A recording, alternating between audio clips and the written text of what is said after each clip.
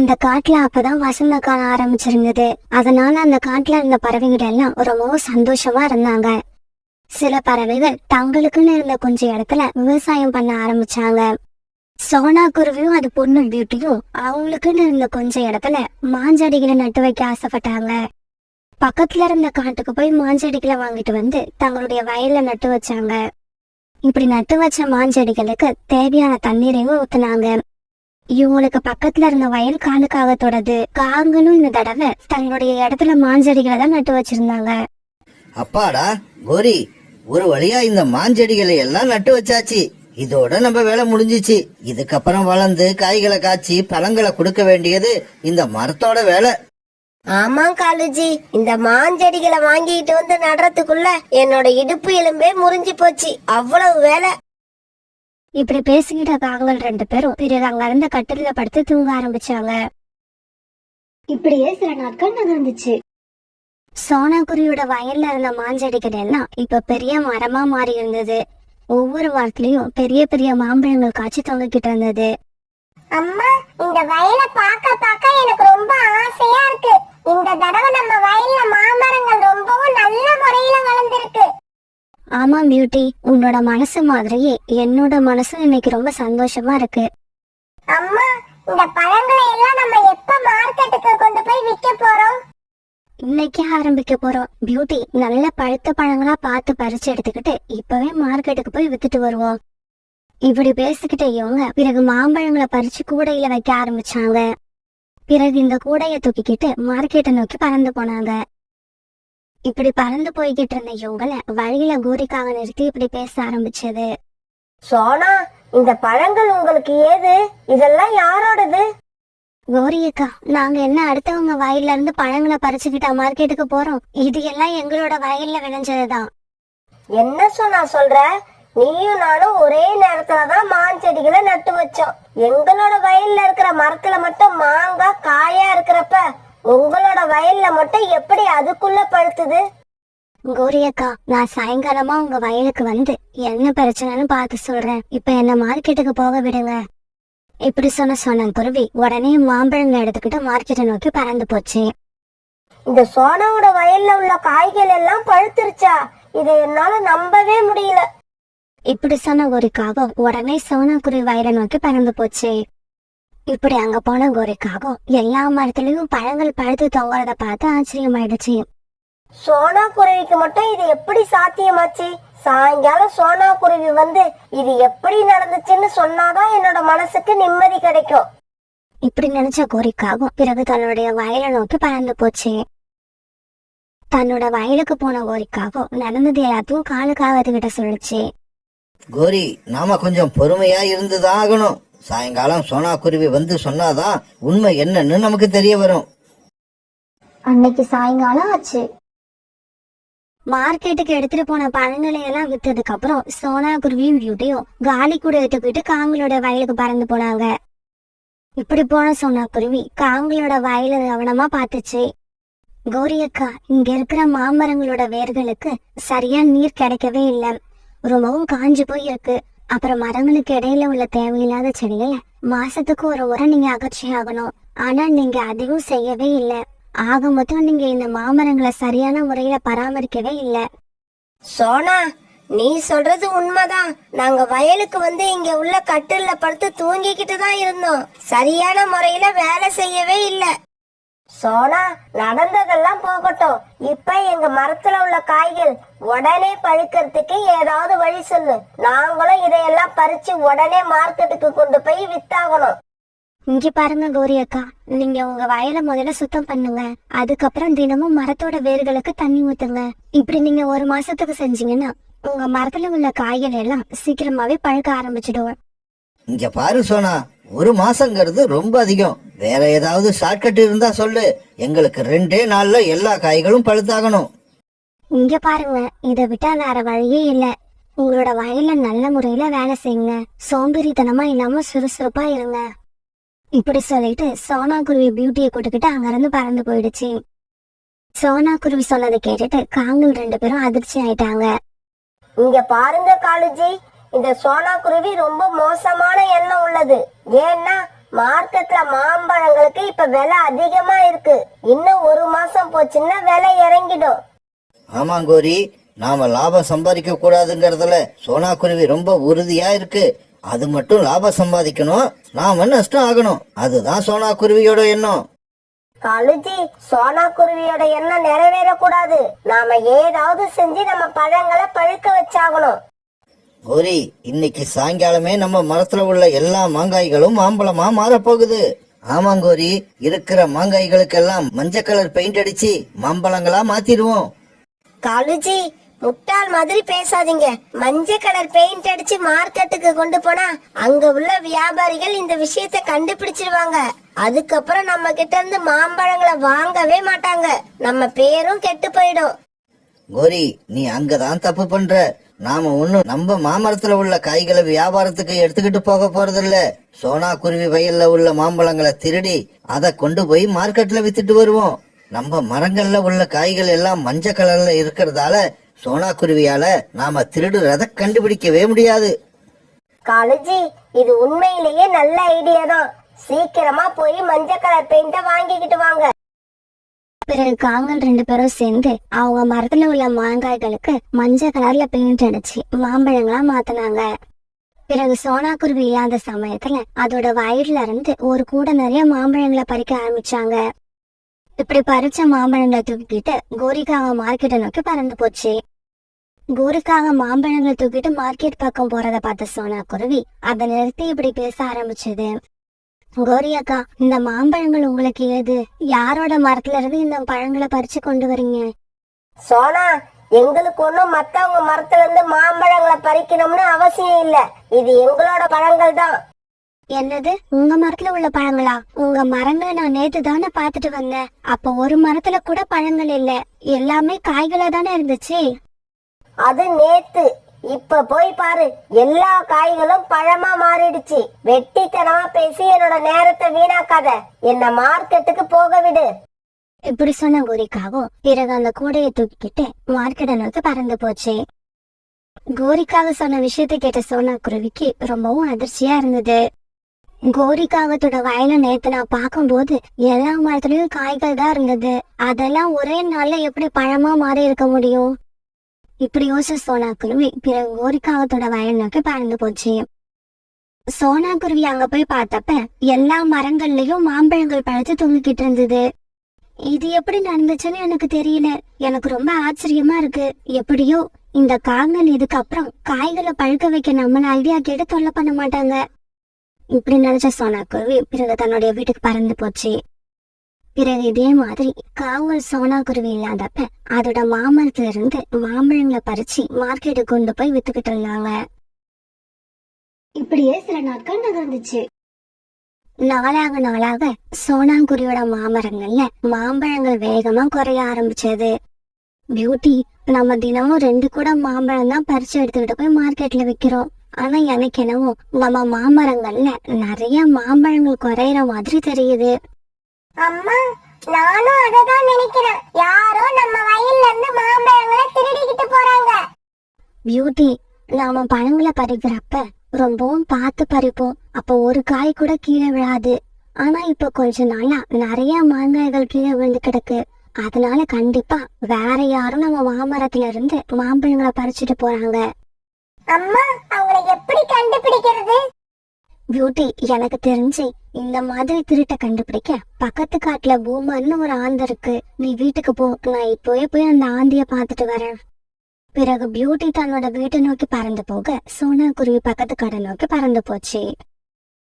இங்க பாருங்க, நான் திருடவும் செய்வேன், திருட்ட கண்டுபிடிக்கவும் செய்வேன். உங்களுக்கு இப்ப நான் என்ன செய்யணும்? என்னோட மாமரத்துல இருந்து தினமும் மாம்பழங்கள் திருட்டு போய்கிட்டு இருக்கு, அதை கண்டுபிடிக்கணும். உங்களோட மாந்தோட்டத்தை நான் கண்டுபிடிக்க ஏதாவது அடையாளம் சொல்லிட்டு போய் வீட்டுல படுத்து நிம்மதியா தூங்குங்க. மறுநாள் காலையில எழுந்திருச்சு தோட்டத்துக்கு வாங்க. அப்ப நாங்க திருடர்களை பிடிச்சு கட்டி வச்சிருப்போம். பிறகு சோனா குருவி தன்னுடைய மாமரங்கள் எங்க இருக்குன்னு அந்த ஆந்தை கிட்ட சொல்லிட்டு தன்னுடைய வீட்டுக்கு பறந்து போச்சு. இந்த விஷயம் எதுவுமே தெரியாத காங்கள் 2 பேரும் காலி கூடைய எடுத்துக்கிட்டு சோனா குருவியோட மாமரங்கள் இருக்க இடத்துக்கு வந்தாங்க. இப்படி வந்த காங்கள் ஒரு பழத்தை கூட பறிக்கல. அதுக்குள்ள அங்க இவங்களுக்காக காத்திருந்த அந்த ஆண்ட கூட்டம் இவங்க மேல பாஞ்சு அவங்களை அடிக்க ஆரம்பிச்சது. ஐயோ ஐயோ, அடிக்காதீங்க அடிக்காதீங்க அடிக்காதீங்க, எங்களை விட்டுடுங்க, நாங்க ஓடிடுறோம், எங்களை அடிக்காதீங்க. மறுநாள் பொழுது விடிஞ்சிச்சு. சோனா குருவியும் பியூட்டியும் திருடர்கள் யாருன்னு தெரிஞ்சுக்க ரொம்பவும் ஆவலா தங்களுடைய மாமரம் இருக்க இடத்துக்கு பறந்து போனாங்க. அங்க போன இவங்க காங்களை பார்த்துட்டு அதிர்ச்சி ஆயிட்டாங்க. அடப்பாவைகளா நீங்களா? உடனே காலுக்காகவும் குறிக்காகவும் அழுதுகிட்டு நடந்த எல்லாத்தையும் சோனா குருவிட்ட சொல்லி மன்னிப்பு கேட்டாங்க. சோனா, தயவு செய்து எங்களை மன்னிச்சிடு. இதுக்கப்புறம் மறந்து கூட உன்னோட மாமரங்கள் இருக்கிற பக்கம் நாங்க வரவே மாட்டோம். பிறகு அவங்க மேல இறக்கப்பட்ட சோனா குருவி அவங்கள போக அனுமதிச்சது. பிறகு சோனா குருவிக்கு நன்றி சொன்ன காங்கள் 2 பேரும் அந்த இடத்தை விட்டு பறந்து போனாங்க. பிறகு சோனா குருவி ஒரு கூட நிறைய மாம்பழங்களை அந்த ஆந்த கூட்டத்துக்கு கொடுத்தது. அந்த மாம்பழங்களை எடுத்துக்கிட்ட அந்த கூட்டம் அங்க இருந்து சந்தோஷமா பறக்க சோனா குருவியும் பியூட்டியும் பிறகு மாம்பழங்களை பறிச்சு எடுத்துக்கிட்டு அதை விற்பனை பண்றதுக்காக மார்க்கெட்டுக்கு பறந்து போனாங்க.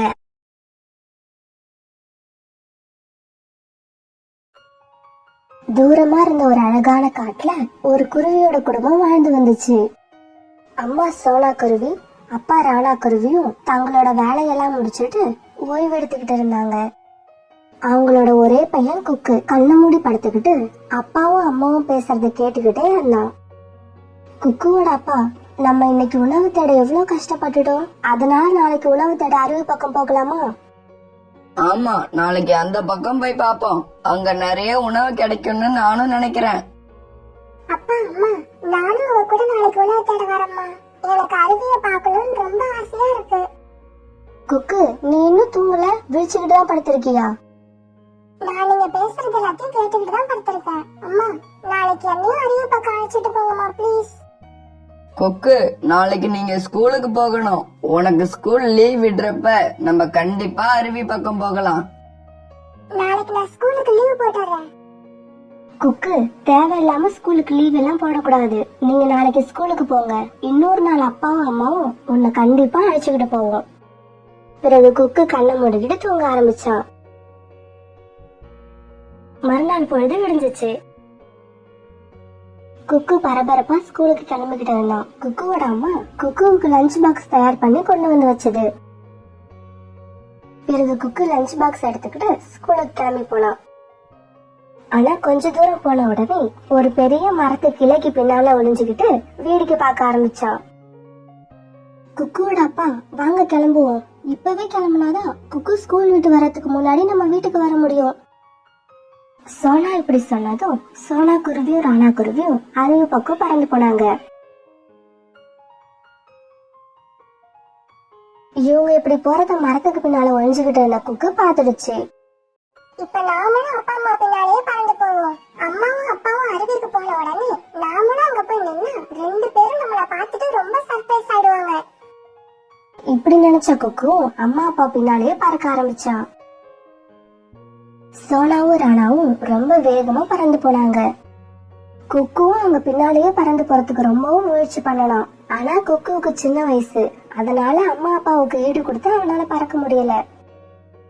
பிறகு திடீர்னு சோனாவும் ராணாவும் அடர்த்தியான காட்டுக்குள்ள பறக்க ஆரம்பிச்சாங்க. குக்குவுக்கு இப்ப அவங்கள பாக்குறதுக்கே கஷ்டமா இருந்தது. இன்னும் கொஞ்ச நேரம் போக காட்டுக்கு நடுவுல மரங்கள் ரொம்பவும் அடர்த்தியா இருந்ததால குக்குவோட பார்வையில இருந்து அவனோட அம்மா அப்பாவும் சுத்தமா மறைஞ்சிட்டாங்க. பிறகு குக்கு ஒரு மரத்துல உட்கார்ந்துருந்தான். இப்ப குக்குவுக்கு சந்தோஷம் போய் பயம் வர ஆரம்பிச்சது. பயம் வந்த உடனே அவன் கண்ணுல கண்ணீரும் தானா வந்துச்சு.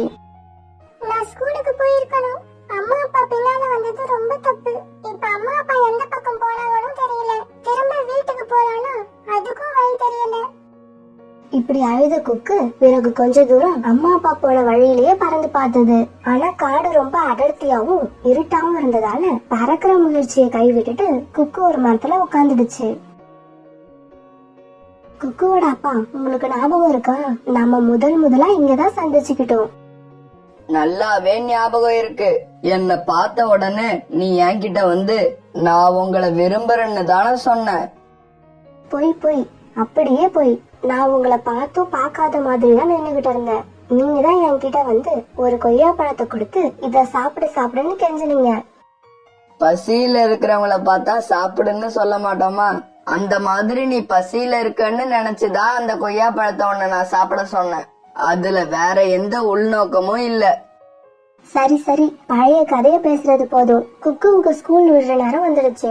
வாங்க உணவை எடுத்துக்கிட்டு வீட்டுக்கு போவோம். பிறகு குக்குவோட அம்மாவும் அப்பாவும் அங்க இருந்து பறக்க ஆரம்பிச்சாங்க. குக்குவோட அம்மாவும் அப்பாவும் வீடு வந்து சேர்ந்தப்ப அங்க குக்கு இல்ல. குக்கு இந்த நேரத்துக்கெல்லாம் தினமும் வீட்டுக்கு வந்திருப்பானே, இன்னைக்கு ஏன் இன்னும் வரல? சோனா இப்படி ராணா குருவி கிட்ட கேட்டுட்டு இருக்கும் போதே புறாவோட பையன் ராஜி அங்க வந்தது. ஆண்டி, குக்கு நாளைக்கு ஸ்கூலுக்கு வரும்போது டெஸ்ட் நோட்டை மறக்காம எடுத்துக்கிட்டு வர சொல்லுங்க. இன்னைக்கு குக்கு தான் ஸ்கூலுக்கு வரலல்ல, அதனால தான் சொல்லிட்டு போகலான்னு வந்தேன். ராஜி சொன்னதை கேட்டுட்டு சோனாவோட இதயம் நின்னு போற மாதிரி ஆயிடுச்சு. ராஜி, என்ன சொன்ன? குக்கு ஸ்கூலுக்கு வரலையா? ஆண்டி, குக்கு நானும் ஒரே ஸ்கூல்ல தான் படிக்கிறோம். இன்னைக்கு குக்கு ஸ்கூலுக்கு வரல. இப்படி சொல்லிட்டு ராஜி பறந்து போயிடுச்சு. சோனா, குக்கு நேத்து தூங்காம நம்ம பேசுனது எல்லாத்தையும் கேட்டுக்கிட்டு தான் இருந்திருப்பான். ஒரு சமயம் இன்னைக்கு ஸ்கூலுக்கு போகாம நம்ம பின்னாலேயே அருவிக்கு வந்திருப்பானோ? கிளம்புங்க, எங்கேயாவது போய் தேடி பார்ப்போம். குக்கு இது வரைக்கும் தனியா எங்கேயும் போனதே கிடையாது. பிறகு சோனா குருவியும் ராணா குருவியும் தங்களோட குழந்தைய தேடுறதுக்காக பறக்க ஆரம்பிச்சாங்க. கொஞ்ச தூரம் போனதும் ஒரு மரத்துல உட்கார்ந்து இருந்த கோரிக்காகத்தை பார்த்தாங்க. உடனே 2 பேரும் அங்க போனாங்க. கோரி, எங்க குக்குவை எங்கேயாவது பாத்தியா? காலையில நீங்க 2 பேரும் அருவி பக்கம் பறந்து போனீங்கல்ல, அப்ப உங்க பின்னாலேயே அவனும் பறந்து வந்தத பார்த்தேன். அதுவும் ஸ்கூல் பேக்க மாட்டிக்கிட்டு. அதுக்கப்புறம் அவன் திரும்பி வந்தானா? இல்லையே, நான் காலையில இருந்து இங்கதான் உட்கார்ந்துருக்கேன். அவன் திரும்பி வரவே இல்ல. சோனா, நான் நினைச்சதுதான் நடந்திருக்கு. குக்கு நம்ம பின்னாலதான் வந்திருக்கான். வழி தெரியாம எங்கேயோ தங்கிட்டான்னு நினைக்கிறேன். வாங்க சீக்கிரமா போய் பாப்போம். சோனா குருவியும் ராணா குருவியும் குக்குவை தேட ஆரம்பிச்ச உடனே மழையும் பெய்ய ஆரம்பிச்சிடுச்சு. குக்கு எங்கேயும் காணும். அவனை இப்ப எங்கதான் போய் தேடுறது? குக்குவோட அப்பா, குக்குவுக்கு மழை பெஞ்சா சரியா பார்க்க கூட தெரியாது. அவன் இந்நேரம் எங்க எப்படி கஷ்டப்பட்டுக்கிட்டு இருக்கானோ.